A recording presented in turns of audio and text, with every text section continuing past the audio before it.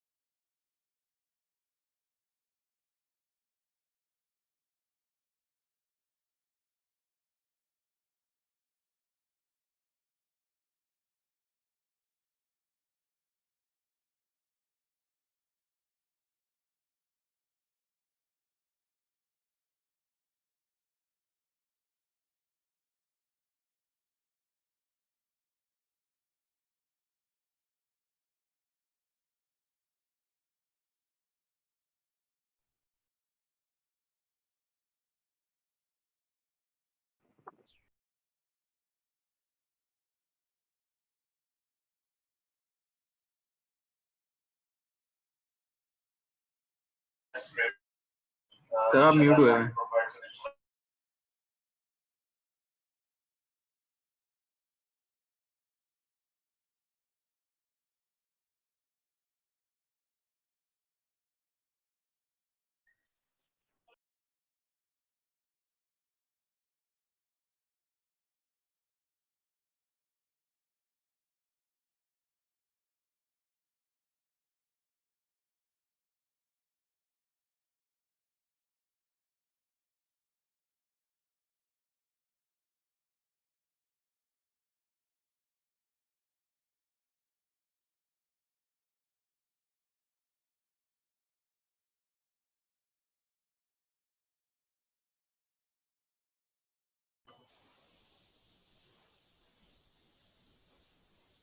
जी आवाज आ रही है?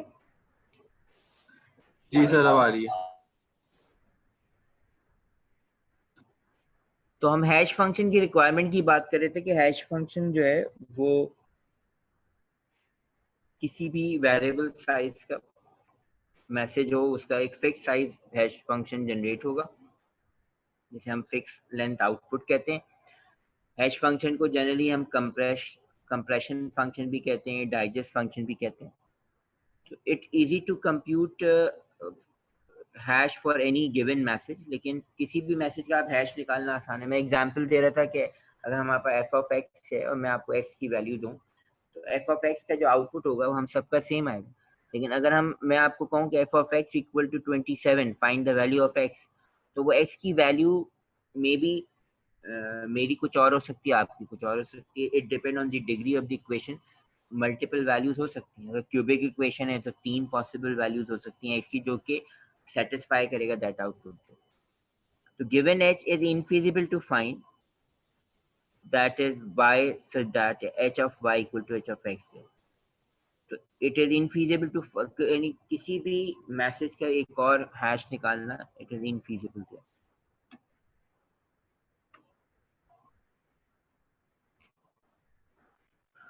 Simple hash function has several proposals for simple function based on zoring of the message block.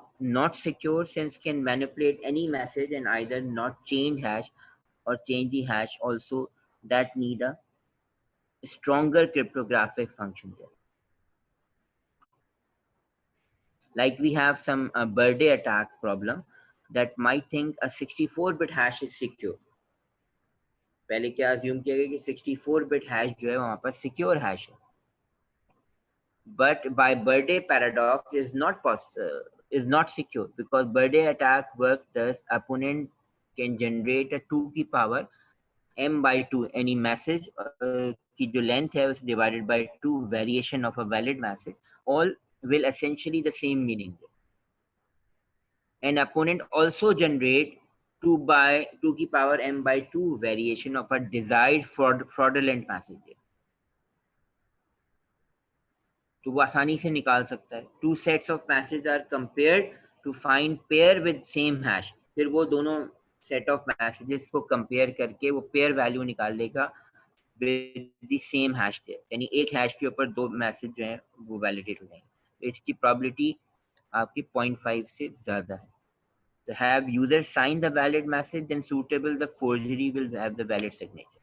तो अगर हम signature अप्लाई करेंगे तो हम इस चीज़ को रोक सकते. अदरवाइज जो है 64 बिट का, यानी इस चीज से हमें क्या पता चला कि due to birthday attack 64 bit hash जो वो सिक्योर नहीं है. तो इसलिए 64 बिट से बड़े हैश की जरूरत है. लाइक जैसे मैंने कहा MD5 है जिसका 128 बिट हैश वैल्यू, SHA-1 है which has a 128 bit hash value, RIPEND 160 है that is a 160 bit hash value, जो कि कंप्यूटेशनल पावर ना होने की वजह से सिक्योर्ड है. तो block cipher as hash function अगर हम यूज करें तो can use the block cipher hash function using h of 0, that h of not equal to 0 and 0 padding of the final block. Then compute the hash value by encrypting that message and use the final block as a hash value. That's similar to the cipher blockchaining mode but without a key there. So resulting hash is too small, that is 64 bit. तो both क्योंकि 64 bit hash value आप नहीं use कर सकते, वो बहुत small है due to the two reason. One is the direct birthday attack. कि birthday attack की वजह से 64 bit hash value unsecure हो गई. दूसरा ये कि जो आपका meet in the middle attack है, man in the middle attack भी कहते हैं, तो वो उसकी वजह से भी आपका जो है वो ये infeasible है 64 bit. So brute force attack क्या है कि हम तमाम possible values को try करें. That is a strong collision resistance have cost 2 power m by 2.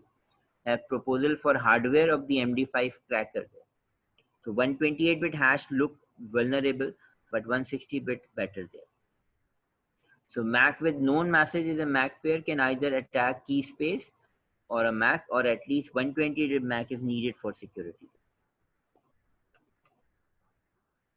Cryptanalytic attack that exploit this structure, like block cipher, want brute force attack to be the best alternative there, and have a number of analytic attack on iterated hash function there.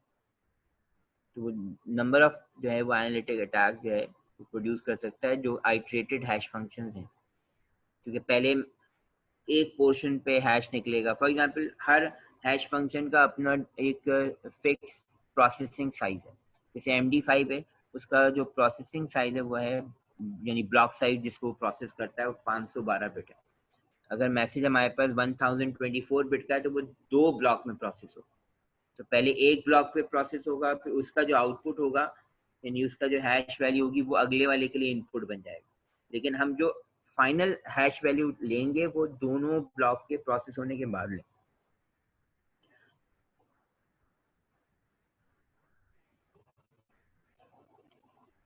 So hashing algorithm see the similarities in the evolution of hash function and block cipher, that increasing power of brute force attack, and that leading to evolution in algorithm from DES to AES in block cipher, and from MD4 to MD5 to SHA-1 there. Because ये MD5 क्या 128 bit है, 128 bit से फिर आप 160 bit पे चले गए, like SHA-1 जिसका जो हैश वैल्यू है उसका साइज जो है वो 160 बिट है, as ripened 160 in hashing algorithm. So likewise tend to use common iterative structure as do block cycles.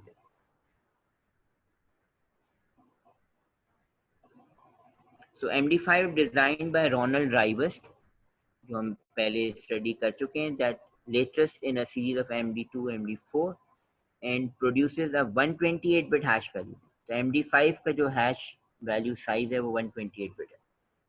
Until recently was the most widely used hashing algorithm. जिस तरह हम पब्लिक की एल्गोरिथम के तौर पे RSA यूज कर रहे हैं as a well known algorithm, तो सिमिलरली यहाँ पर हम जो हैशिंग एल्गोरिथम के तौर पे, हैशिंग फंक्शन के तौर पे MD5 जो है वो एज अ स्टैंडर्ड एल्गोरिथम के तौर पे वाइडली यूज कर रहे हैं. Until recently was the most widely used hash algorithm. In recent times have both brute force and cryptanalysis concern. That also specified on the RFC 1321.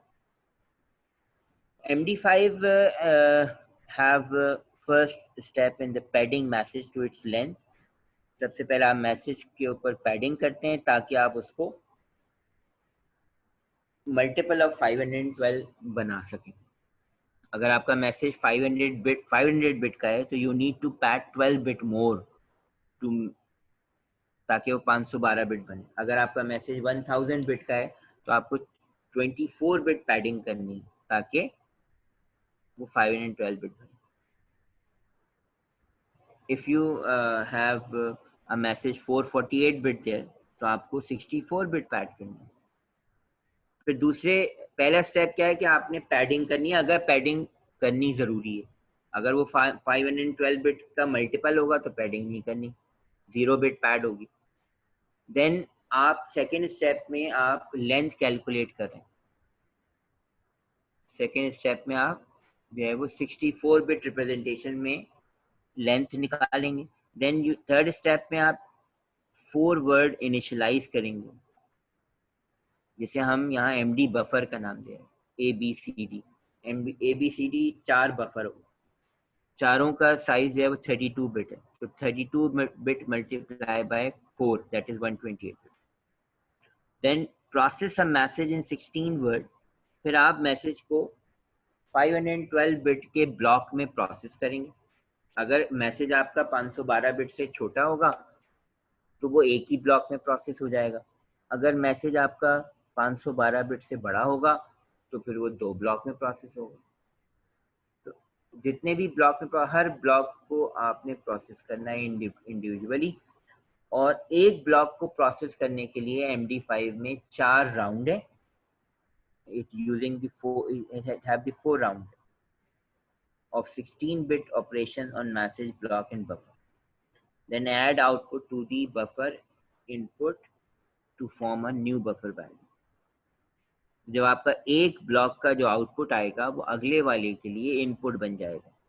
जो final block का output होगा which is considered as a hash value, जिसे आप message authentication code के तौर पे data में add करके भेजेंगे. तो ये जो अभी हमने पिछली स्लाइड में डिस्कस किया, this one, these are the steps of the MD5 algorithm. ये इसकी ब्लॉक डायग्राम है कि आपके पास मैसेज है विच इज दी मल्टीपल, और देन आप डिटरमिन करते हैं कि कितने बिट आपने पैडिंग करनी है. फिर उसको आप 64 बिट रिप्रेजेंटेशन में उसकी लेंथ डिटरमिन कर रहे थे. तो मैसेज MD5 में 512 बिट में प्रोसेस होगा. तो अगर ये मैसेज आपका 512 बिट मल्टीप्लाई बाय n है तो इसका मतलब पहले ब्लॉक में पहला 512 बिट उठेंगी, फिर दूसरे ब्लॉक में दूसरी 512 बिट उठेंगी. फर्स्ट 512 बिट को आप MD5 से गुजारेंगे, यानी चारों राउंड से. हर राउंड में 16 स्टेप्स हैं. एक 512 बिट का ब्लॉक को प्रोसेस करने के लिए MD5 में we have to process 4 round, और हर राउंड में 16 स्टेप्स हैं. तो in total we have 64 steps are there. कि 512 बिट को MD5 में प्रोसेस करने के लिए आपको 64 स्टेप से गुजरना है. ये इनिशियल वेक्टर है 128 बिट का, जिसे हम ABCD रजिस्टर का नाम दे रहे थे. ये जो आपने लिया था, ये आपके पास जो है वो IV है. इनिशियल, और जो पहले ब्लॉक का आउटपुट निकलेगा 128 बिट, वो हैश वैल्यू नहीं होगी, वो एक्चुअली अगले वाले के लिए आईवी बन जाएगा। जो फर्स्ट ब्लॉक का 128 बिट आउटपुट आएंगी, उसमें जो उसको आप 4 रजिस्टर की वैल्यू से रिप्लेस कर देंगे, यानी फर्स्ट उसकी 32 बिट को ए में डाल देंगे, नेक्स्ट 32 बिट को बी में डाल देंगे, नेक्स्ट 32 बिट को सी में, एंड देन 32 बिट को डी में। तो वो अगले वाले मैसेज के ब्लॉक के लिए एज अ आईवी कंसीडर होगा। इस तरह से थर्ड ब्लॉक के लिए सेकंड वाले को आप ले लेंगे, फोर्थ ब्लॉक के लिए थर्ड वाले का आउटपुट ले लेंगे। तो ये काम उस वक्त तक जब आपके पास आखिरी ब्लॉक का आउटपुट आएगा, वो आपके पास डाइजेस्ट वैल्यू कहलाएगी, which is considered as a MAC value या हैश वैल्यू, जो कि फाइनल आपकी वैल्यू होगी जिस पर आप काम करें, जिसको आप इंक्रिप्ट करेंगे, जिस पे आप सिग्नेचर प्रोड्यूस करेंगे, जिसे आप मैसेज के साथ ऐड करके भेजेंगे। So MD5 is also a compression function there, because each round mixes the buffer input with the next word of the message in a complex or non-linear manner. So a different non-linear function is used in each of these 4 rounds. The 4 buffer word A, B, C, D are rotated from step to step, so all the are used and updated there. So small g is one of the primitive function, that is the function of FGHI for the 4 round respectively. ये मैं आपको next figure से समझाता हूँ। ये जो आपके पास है, ये एक्चुअली एक स्टेप को शो किया गया। इस तरह के 64 स्टेप चलेंगे 512 बिट के ब्लॉक को प्रोसेस कर। ये आपके पास ABCD है, जो 4 रजिस्टर थे। फर्स्ट टाइम आप इसको लेट करेंगे, यानी फिक्स होगा, और नेक्स्ट ब्लॉक के लिए जो है वो जो फर्स्ट वाले का आउटपुट होगा वो उससे रिप्लेस होगा।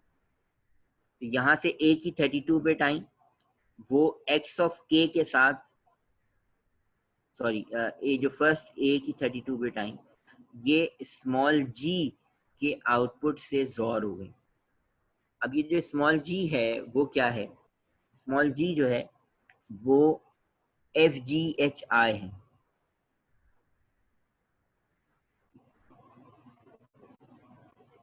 ये जो हम बात कर रहे थे FGHI जो है, इसकी आपको इक्वेशंस जो हैं वो उसमें चैप्टर में मिल जाएंगी बुक में। तो फर्स्ट राउंड के लिए जो आपका स्मॉल g है ये सेम रहेगा। फर्स्ट राउंड से मतलब है फर्स्ट 16 स्टेप, यानी पहले 16 स्टेप्स के लिए स्मॉल g की वैल्यू जो है वो सेम रहेगी। नेक्स्ट 16 स्टेप्स के लिए ये स्मॉल g जो है वो चेंज हो जाएगा। किस चीज से चेंज हो जाएगा? कैपिटल G से। थर्ड राउंड के लिए ये स्मॉल g चेंज हो जाएगा कैपिटल H की वैल्यू से, यानी FGHI समझें एक इक्वेशन है, तो 4 इक्वेशन है, वो स्मॉल g से रिप्लेस हो रही है। पहले राउंड में स्मॉल g की वैल्यू होगी कैपिटल F की जो इक्वेशन है वो समझे फॉर्मूला यूज होगा। नेक्स्ट राउंड के लिए जो है वो कैपिटल H वाला फॉर्मूला यूज होगा। थर्ड राउंड के लिए जो है वो आपके पास H वाला, एंड फोर्थ के लिए I वाला। तो स्मॉल g की वैल्यू से आपके पास ये जो आउटपुट आया 32 बिट का, ये आपने A की 32 बिट के साथ जोरिंग कर दी। जोरिंग करने के बाद x ऑफ k का भी आपको फॉर्मूला दिया हुआ है चैप्टर में, बुक में। उस x ऑफ k से आप वैल्यू निकालेंगे, और वैल्यू निकालने के बाद ये भी जोर होगा। फिर आप t ऑफ i के निकाल रहे हैं। i क्या है? i बेसिकली इंडेक्स नंबर है, स्टेप नंबर। टोटल कितने, मैंने कहा 4 राउंड है, यानी 64 स्टेप्स हैं। तो पहले स्टेप में i की वैल्यू 1 रहेगी, दूसरे स्टेप में 2 रहेगी। अब t ऑफ i का भी फॉर्मूला है। t ऑफ i का फॉर्मूला ये है कि एक कांस्टेंट नंबर है, उस नंबर को आपने मल्टीप्लाई करना है साइन ऑफ i के साथ। यानी अगर पहला स्टेप है तो i की वैल्यू 1 लेंगे, you calculate the sine of 1, और अगर वो नेगेटिव है उसको पॉजिटिव कंसीडर करके उस नंबर से मल्टीप्लाई करेंगे, और जो वैल्यू आएगी that is consider the t of 1 दे। इस तरह t ऑफ 2 निकलेगा, t ऑफ 3 निकलेगा। तो इसका भी आपको फॉर्मूला गिवन है। ये जोर हुआ, उसके आपने सर्कुलर लेफ्ट शिफ्ट कर, सर्कुलर लेफ्ट शिफ्ट किया आपने फर्स्ट 32 बिट को, अब किस राउंड में कितनी बिट लेफ्ट शिफ्ट होनी है ये भी गिवन है।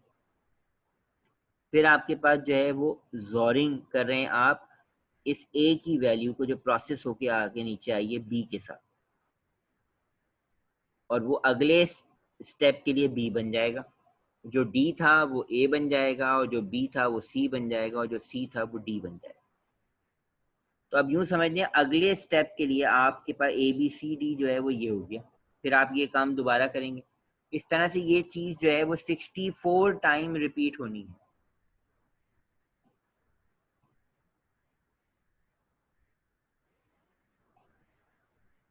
SHA-1 was designed by NIST and NSA in 1993 that revised in 1995 as SHA-1.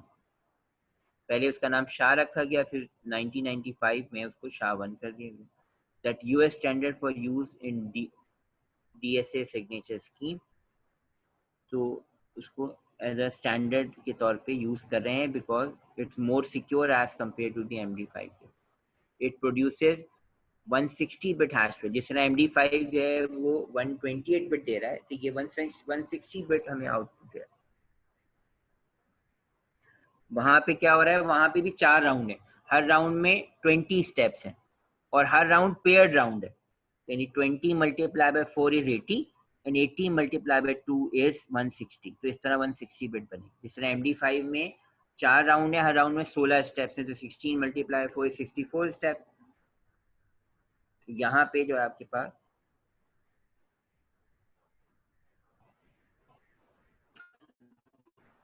if we compare SHA-1 with the MD5, that brute force attack is harder, क्योंकि 160 bit पे brute force मुश्किल है as compared to 128 bit.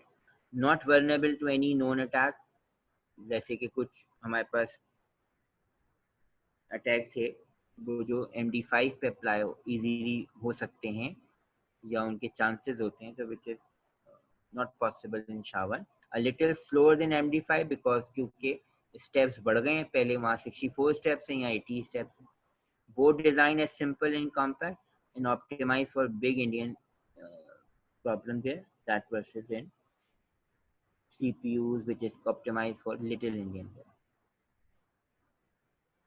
तो अब जो हमारे पास नई applications develop हो रही हैं उनके लिए MD5 के बजाय जो है वो SHA-1 जो है वो प्रेफर किया जा रहा है। तो यहाँ हम स्टॉप करते हैं और फिर उसकी कुछ क्वेश्चंस हैं वो हम नेक्स्ट टाइम जो है वो डिस्कस करें। ठीक है, ठीक है सर। थैंक यू सर ये स्लाइड्स दे दें, इसी यहीं पे सेंड कर दें। जी मैं भेज दूँ।